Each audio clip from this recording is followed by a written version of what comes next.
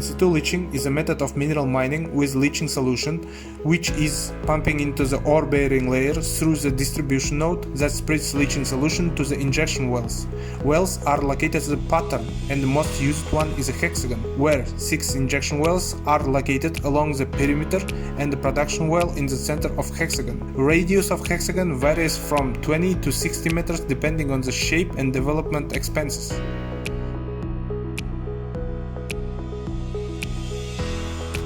Basically, ore-bearing layer is a sandstones or carbonates with a low concentrated mineral that is limited by impermeable layers above and below the ore-bearing layer. Typically, this method is used at depths greater than 100 meters, with the average thickness of the well filters about 8 meters.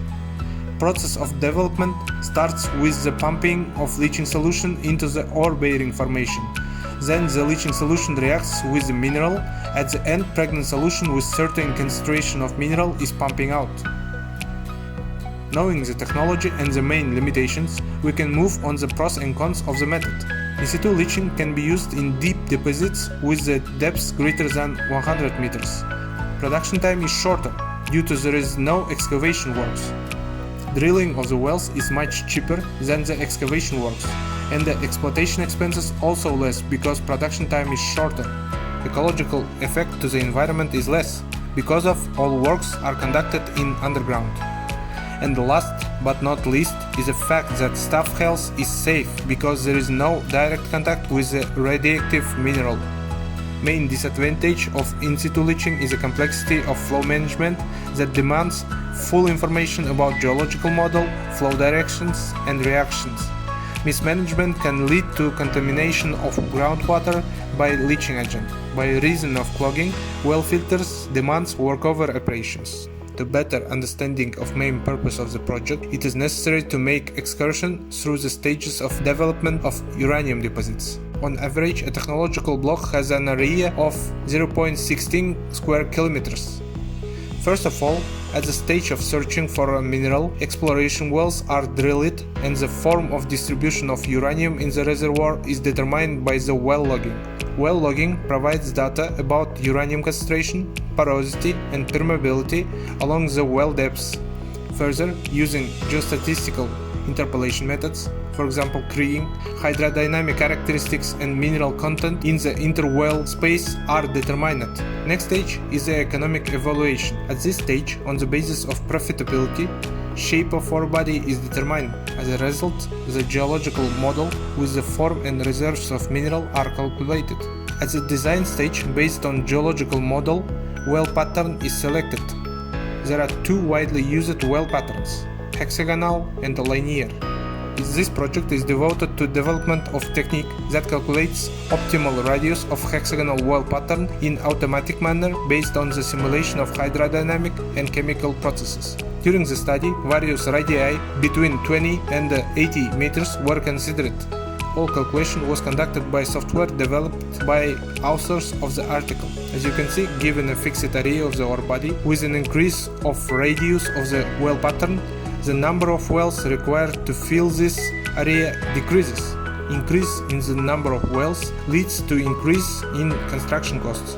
However, with a larger number of wells, the development time of the field decreases, which accordingly reduces the operating expenses. Optimal radius is a radius at which a balance between the well construction costs and operating expenses is achieved. Circle field with homogeneously spread permeability and porosity is taken as a calculation domain, which represents potential technological block. The domain omega-1 contains area with a profitable mineral concentration. Optimization of the well pattern is an iterative process that consists several steps, and almost each of the steps is divided to sub-steps. First step is to set the radius of hexagon. By simple geometry calculations, production wells are put into the right quarter of the domain. After, production wells are mirrored by X and the Y axis respectively. All wells that located in non-profitable zone are removing, and the last sub-step is allocation of injection wells around each production well.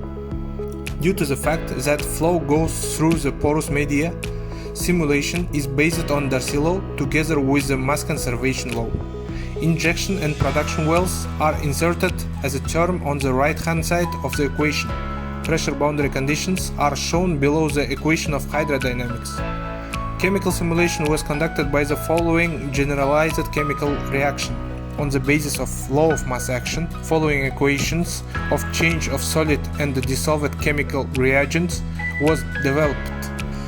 As shown on the right side of equations, concentration of liquid components can be changed by several mechanisms, as convection, dispersion, reaction in whole domain, and injection and production through the wells. On the other hand, solid components react only with leaching solution and cannot be transported by convection or dispersion. As you can see, initially there is only solid uranium in the layer.